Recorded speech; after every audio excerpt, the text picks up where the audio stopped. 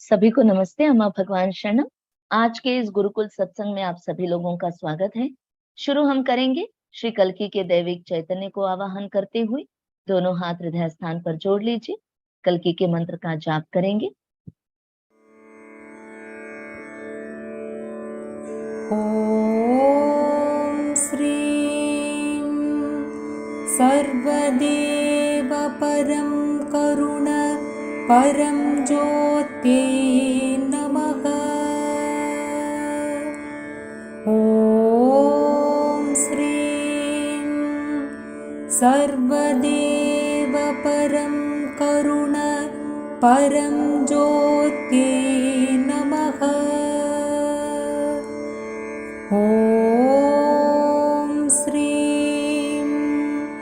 सर्वदेव परम करुण परम ज्योति नमः।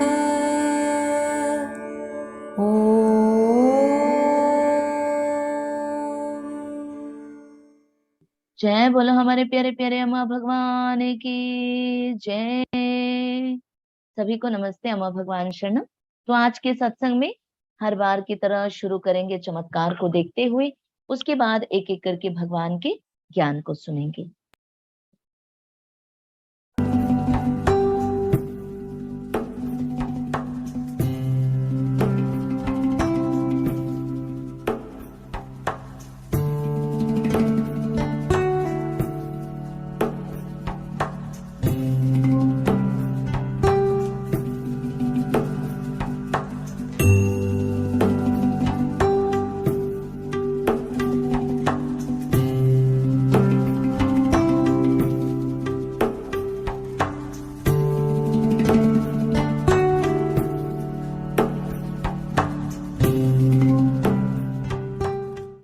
जय बोला चमत्कार करने वाले श्री परम ज्योति अम्मा भगवान की जय। चमत्कार को देखने से, सुनने से, साझा करने से हमारे जीवन में और अधिक चमत्कार होते हैं। और जो भी चमत्कार है वो किसी भी प्राकृतिक नियमों का उल्लंघन नहीं है, बल्कि उच्च स्तर के प्राकृतिक नियमों का पालन है। तो चलिए एक एक करके भगवान के ज्ञान को सुनते हैं। Bhagavan, please explain, how did you tackle the suffering of your own parent passing away? Felt suffering because I could see she did not want to go, and there were others around who didn't want her to leave them. So they were all suffering. So that did affect me, but not as a person. Not that it was my mother who was passing away. It didn't affect me that way. But of course, I helped her out, and then she finally passed away very joyfully. So it's a question of shifting your stance from being involved to being a witness. Because it was not my mother, that kind of stand was not there, I see a beautiful being who has helped me so much passing away, and I know where she's going also. So in a sense, I am happy. But I see the others in tremendous grief. That is affecting me again. जय बोलो ज्ञान प्रदाता श्री परम ज्योति अमा भगवान की जय। भगवान से पूछा गया कि भगवान आपके माता पिता की मृत्यु जो हुई उसको कैसे आपने हैंडल किया। भगवान ने कहा मुझे दुख हुआ क्योंकि मैं देख रहा था कि वो जाना नहीं चाहते थे और जो भी इर्द गिर्द थे वो भी उनको छोड़ना नहीं चाहते थे। सभी लोग दुखी थे। मुझे वो प्रभावित हुआ, पर एक व्यक्ति करके प्रभावित नहीं हुआ। इसलिए प्रभावित नहीं हुआ कि वो मेरी माँ है जो छोड़कर जा रही है। इसलिए प्रभावित हुआ कि उन्होंने मुझे इतनी सहायता की, मुझे इतना मदद किया और मैं ये भी जानता था कि वो कहाँ जा रहे हैं। खुश भी था क्योंकि मुझे पता था कि वो कहाँ जा रहे हैं। एक बहुत ही सुंदर इंसान जो इस धरती को छोड़कर जा रहे हैं। यहाँ पर बहुत महत्वपूर्ण चीज ये है कि आपका स्टांस यानी आपका अभिप्राय जो बदल जाता है वो बहुत इंपॉर्टेंट है। जब आपको मुक्ति मिलेगी ये स्टैंड बदल जाएगा। आप दुख को अनुभव करेंगे मगर ये मेरा दुख कहकर नहीं। वहां पर जितने भी लोग थे वो बहुत दुखी थे और उन लोगों का दुख मुझे प्रभावित कर रहा था। चलिए आगे बढ़ते हैं।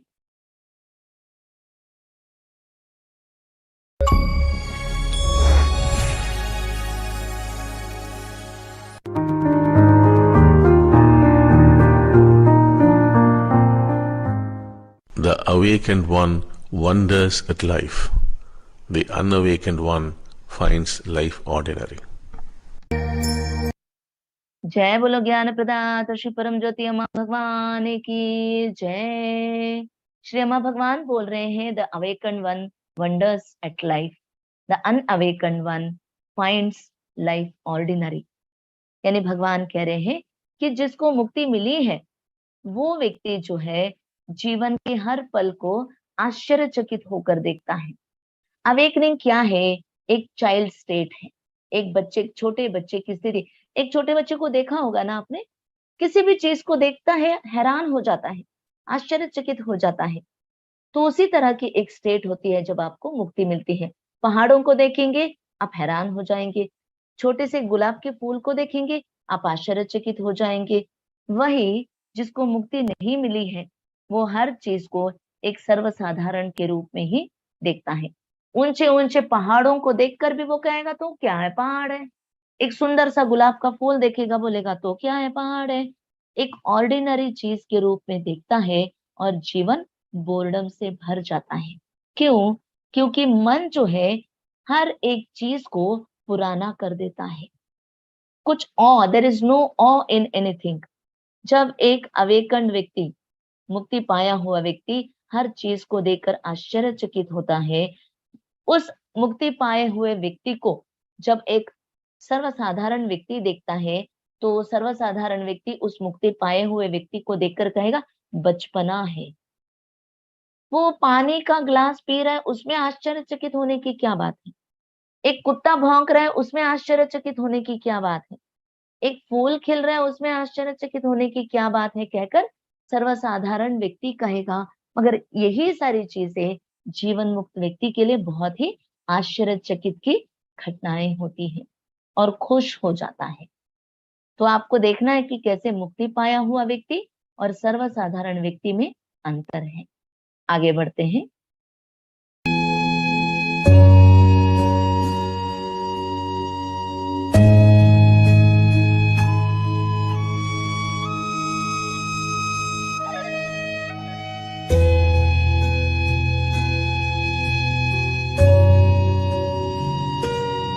Truth is subjective, not objective.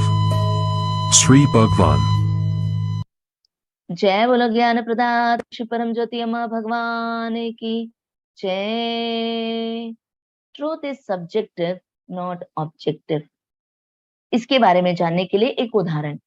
एक साइंटिस्ट ने एक एक्सपेरिमेंट किया और उन्होंने कहा लोग संवेदनशील हैं। उनके पीठ के पीछे अगर कुछ हो रहा है, वो जहां बैठे हैं उनके पीछे अगर कुछ हलचल होती है या कुछ भी होता है तो वो संवेदनशील होकर पीछे मुड़कर देखते हैं, कहकर एक साइंटिस्ट ने कहा। और उन्होंने कहा 70% लोग संवेदनशील हैं। उन्होंने पेपर में इस चीज को प्रिंट कराया और दूसरे साइंटिस्ट ने कहा कि मैं देखता हूं आप कितना सच बोल रहे हैं। उन्होंने एक्सपेरिमेंट किया और उन्होंने देखा कि 70% लोग संवेदनशील नहीं है, बल्कि केवल 30% लोग संवेदनशील है। तो पहले वाले साइंटिस्ट ने कहा 70%, दूसरे साइंटिस्ट ने कहा केवल 30%।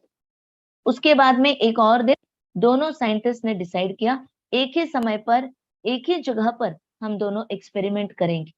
तो दोनों आए, दोनों ने अपने अपने कैमरास रखा और लोगों को बिठाया और लोग जहाँ बैठे थे उनके पीछे में बहुत सारा आवाज किया, बहुत सारी चीजें की। तो जिस साइंटिस्ट ने बोला 70% लोग संवेदनशील हैं, उस क्राउड ने उठकर पीछे जो हो रहा है उसमें मदद की। जिस साइंटिस्ट ने कहा केवल 30% लोग संवेदनशील हैं, उनकी तरफ से केवल कुछ लोग ही उठे और लोगों को मदद किया।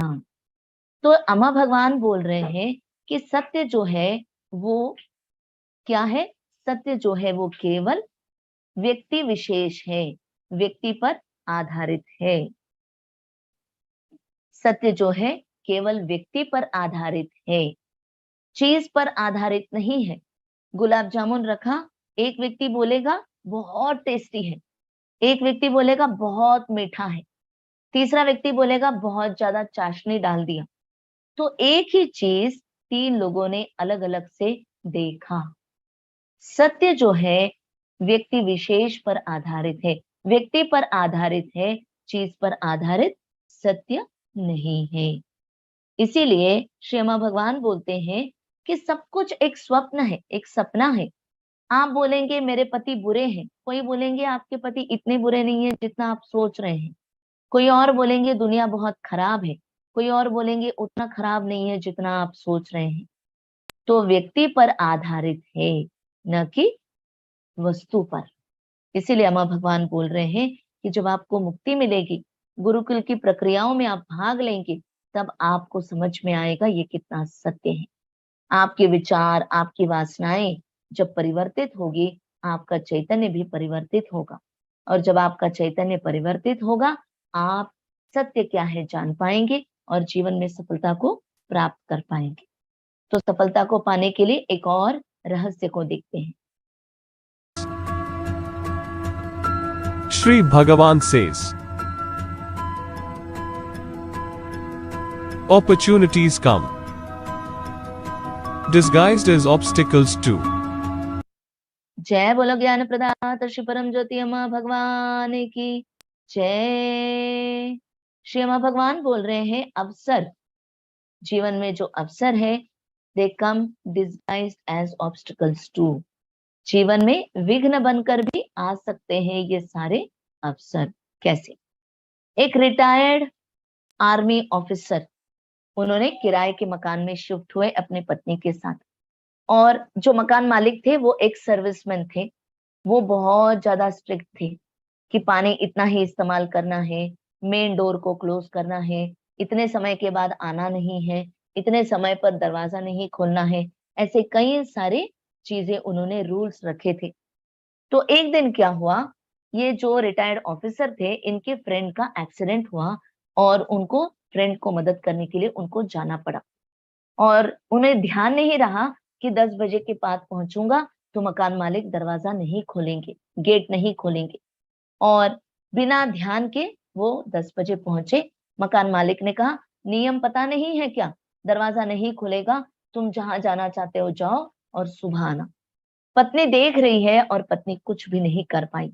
बहुत ज्यादा हर्ट हुए और वो इस घर को खाली करके दूसरी जगह पर शिफ्ट हो गए और ससुराल में रहने लगे कुछ दिन। और ससुर जी ने कहा तुम एक घर बनाओ, घर कंस्ट्रक्शन करो। घर कंस्ट्रक्शन किया। घर का गृह प्रवेश जब हुआ तो ससुर जी ने अपने सारे फ्रेंड्स को बुलाया, रिलेटिव्स को बुलाया। वहां पर ससुर जी के एक मित्र ने देखा कि कितना सुंदर घर बना है। जो एक बिल्डिंग कॉन्ट्रैक्टर है, उन्होंने देखा कि कितना सुंदर घर बना है और उन्होंने पूछा किसने बनाया। तो ससुर जी ने कहा मेरे दामाद ने। ऐसे करके दामाद को वहां पर काम मिल गया और आज बड़े बड़े घर के डिजाइनिंग कर रहे हैं और अच्छे से पैसे कमाकर अपने जीवन को जी रहे हैं। जो भी प्रॉफिट आता है उसमें 50% प्रॉफिट इनको मिल रहा है और वो बहुत ही खुश होकर अपने जीवन को जी रहा है। तो इसीलिए इस फॉरेस्ट इस ऑफिसर ने, मिलिट्री ऑफिसर ने अपने मकान मालिक को धन्यवाद किया। उन्होंने कहा मकान मालिक अगर उस दिन मुझे आने नहीं दिया, इसीलिए आज मुझे ये सारे अवसर मिले। वो आने देते तो मैं अंदर आता, अगर आने देते तो मैं ये सारे अवसर खो देता। मेरे मकान मालिक ने मुझे आने नहीं दिया, मैं हर्ट हो गया, मैंने घर शिफ्ट कर दिया और वहां पर मुझे ये सुंदर अवसर मिला और आज मेरे जीवन में जो भी सफलता है इसके लिए मैं अपने मकान मालिक को क्रेडिट देता हूँ। तो आपके जीवन में भी कई सारे ऐसे अवसर आए हैं एक ऑब्स्टिकल बनकर। आपके जीवन में कई सारे ऐसे विघ्न आए हैं। जानिए जो आपके जीवन में विघ्न आए हैं वो एक नए अवसर को मार्ग निकालेगा। आपको मनन चिंतन करके देखना है कि आपके जीवन में कहाँ कहाँ पर ऐसे विघ्न आए और आपको देखना है वो विघ्न आपके जीवन के लिए एक बहुत बड़ा अवसर है। चलिए आगे बढ़ते हैं। Notes.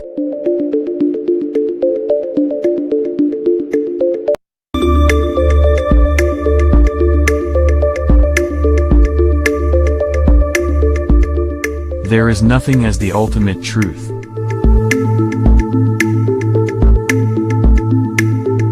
In helplessness, the mind is silent and opens itself to grace. Sri Bhagwan. जय बोलो ज्ञान प्रदाता श्री परम ज्योति अम्मा भगवान की जय। श्री अम्मा भगवान कह रहे there is nothing as the ultimate truth. ये अंतिम सत्य है कहकर कुछ भी नहीं। ये संपूर्ण सृष्टि चैतन्य से बना हुआ है और वही चैतन्य कई सारी चीजों को निर्माण करता है और वो जो चीज है वो एक प्राणी हो सकता है, एक पशु हो सकता है, एक वस्तु हो सकता है, एक पत्थर हो सकता है, वो एक व्यक्ति पर निर्भर है। वही मॉडर्न फिजिक्स में कहा जाता है और ये संपूर्ण सृष्टि जो है चैतन्य का ही एक भाग है और वो चैतन्य इस चीज को बनाता है। चैतन्य चीजों का निर्माण कर रहा है और जो चीज है एक दूसरे पर निर्भर है। ये चराचर सृष्टि में जितने भी पशु पक्षी प्राणी हैं एक दूसरे पर निर्भर है। तो कोई भी चीज वस्तु विशेष नहीं है, व्यक्ति विशेष है। और आगे भगवान कह रहे हैं in helplessness the mind is silent and opens itself to grace. जब आप निस्सहाय हो जाते हैं, मन शांत हो जाता है और अनुग्रह को पाने के लिए बहुत ही अनुकूल हो जाता है। जब आपको रियलाइज होता है कि मैं कुछ नहीं कर सकती तो आप निस्सहाय हो जाते हैं, जिसे हम शरणागति कहते हैं। जब तक आपको लगता है कि आप कर सकते हैं तो आप भगवान के आशीर्वाद को शक्तिशाली रूप से प्राप्त नहीं कर सकते। जब आप निस्सहाय हो जाते हैं तब आप जब आप निस्सहाय हो जाते हैं आपका मन शांत हो जाता है और आपके जीवन में अनुग्रह का बाढ़, अनुग्रह की वर्षा आ जाती है। एक डिवोटी है, उन्हें एक कंपनी में जॉब चाहिए था। उन्होंने बहुत प्रयास किया, उनको वो जॉब नहीं मिली, थक गए और बाद में उनको एहसास हुआ मैं अब इसके आगे और कुछ नहीं कर सकती, इससे बढ़कर और मैं कुछ नहीं कर सकती कहकर निस्सहायता की स्थिति में चले गए। और उसके बाद जब माइंड साइलेंट हुआ तो मन जब शांत हुआ, उनके मन में एक विचार आया कि इस कंपनी में जाकर ढूंढते हैं, ट्राई करते हैं। उस कंपनी में गए, प्रयास किया और उस कंपनी में उनको जॉब मिली और बहुत बहुत बढ़िया जॉब मिली। तो जय बोलो हमारे प्यारे प्यारे अम्मा भगवान की जय। तो इस प्रकार से हमारे जीवन में जब हम इन अवसरों को देखते हैं, इन विघ्नों को देखते हैं और निस्सहाय हो जाते हैं, अनुग्रह की वर्षा होती है। तो चलिए एक भक्त के अनुभव को सुनते हैं। आज का कल की चमत्कार हमें कुरुक्षेत्र हरियाणा के सुखदेव शर्मा ने भेजा है। पिछले कुछ वर्षों से मुझे हर चीज का डर था। मुझे कुछ भी पूछने, अपने बेटे से कुछ भी कहने या किसी की गलती दिखाने का भी डर था। मेरे साथ या मेरे परिवार के साथ कुछ हो जाएगा, ऐसी कल्पनाएं मुझे सताती थीं। चूंकि हम संयुक्त परिवार में रहते हैं, इसलिए मुझे अधिक डर था, क्योंकि अगर मैंने अपने परिवार की इच्छा के विरुद्ध कुछ किया तो मेरा क्या होगा? मैं अपने परिवार को लेकर कहां जाऊंगा? 74,000 दीक्षा प्रक्रिया के बाद से मुझ में बहुत बदलाव आया है। कोई डर नहीं है। मैं स्वतंत्र रूप से बात करने में सक्षम हूं, अपनी राय देने में सक्षम हूं, अपने बेटे से जो कुछ भी मुझे चाहिए उससे पूछने में सक्षम हूं। आजकल मैं इतना खुश हूं कि बिना किसी कारण के केवल सुकून और शांति है। मैं कितना धन्य हूं, यह व्यक्त करने के लिए शब्द नहीं है।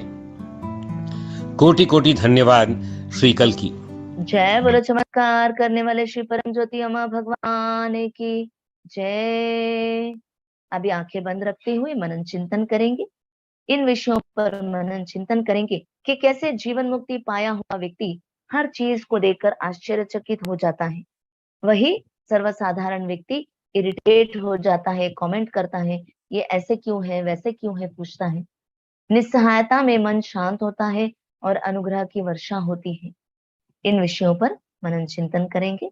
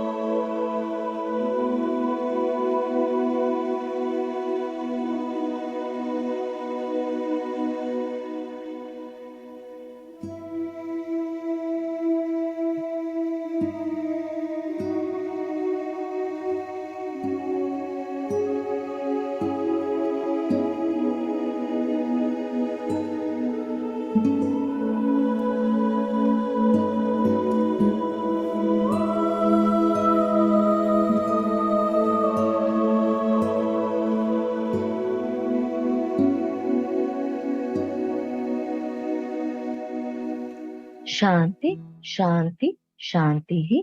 अभी हम प्रार्थना करेंगे कि जो भी ज्ञान भगवान ने दिया है वो हमारे जीवन में सत्य बनकर आए। प्रार्थना करते हुए भक्ति संकीर्तन में भाग लेंगे।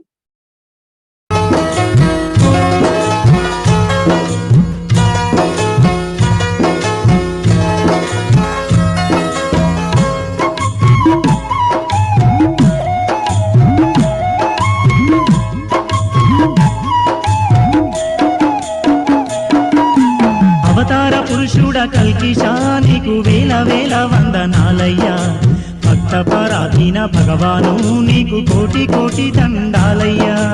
అవతార పురుషుడ కల్కిషా నీకు వేల వేల వందనాలయ్యా, భక్త పరాధీన భగవాను నీకు కోటి కోటి దండాలయ్యా। భక్త పరాధీన భగవాను నీకు కోటి కోటి దండాలయ్యా।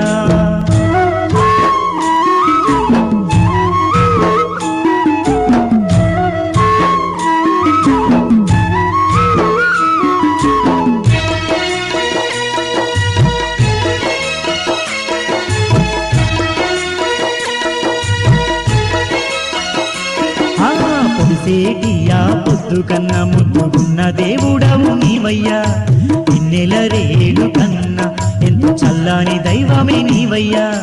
నిన్ను చూడంగా మా తండ్రి మా కన్నులు చాలవు కల్కిషా, నిన్ను చూడంగా మా తండ్రి మా కన్నులు చాలవు కల్కిషా। ఆనంద రూపుడు నీవయ్యా, మా అనురాగ దేవుడు నీవయ్యా।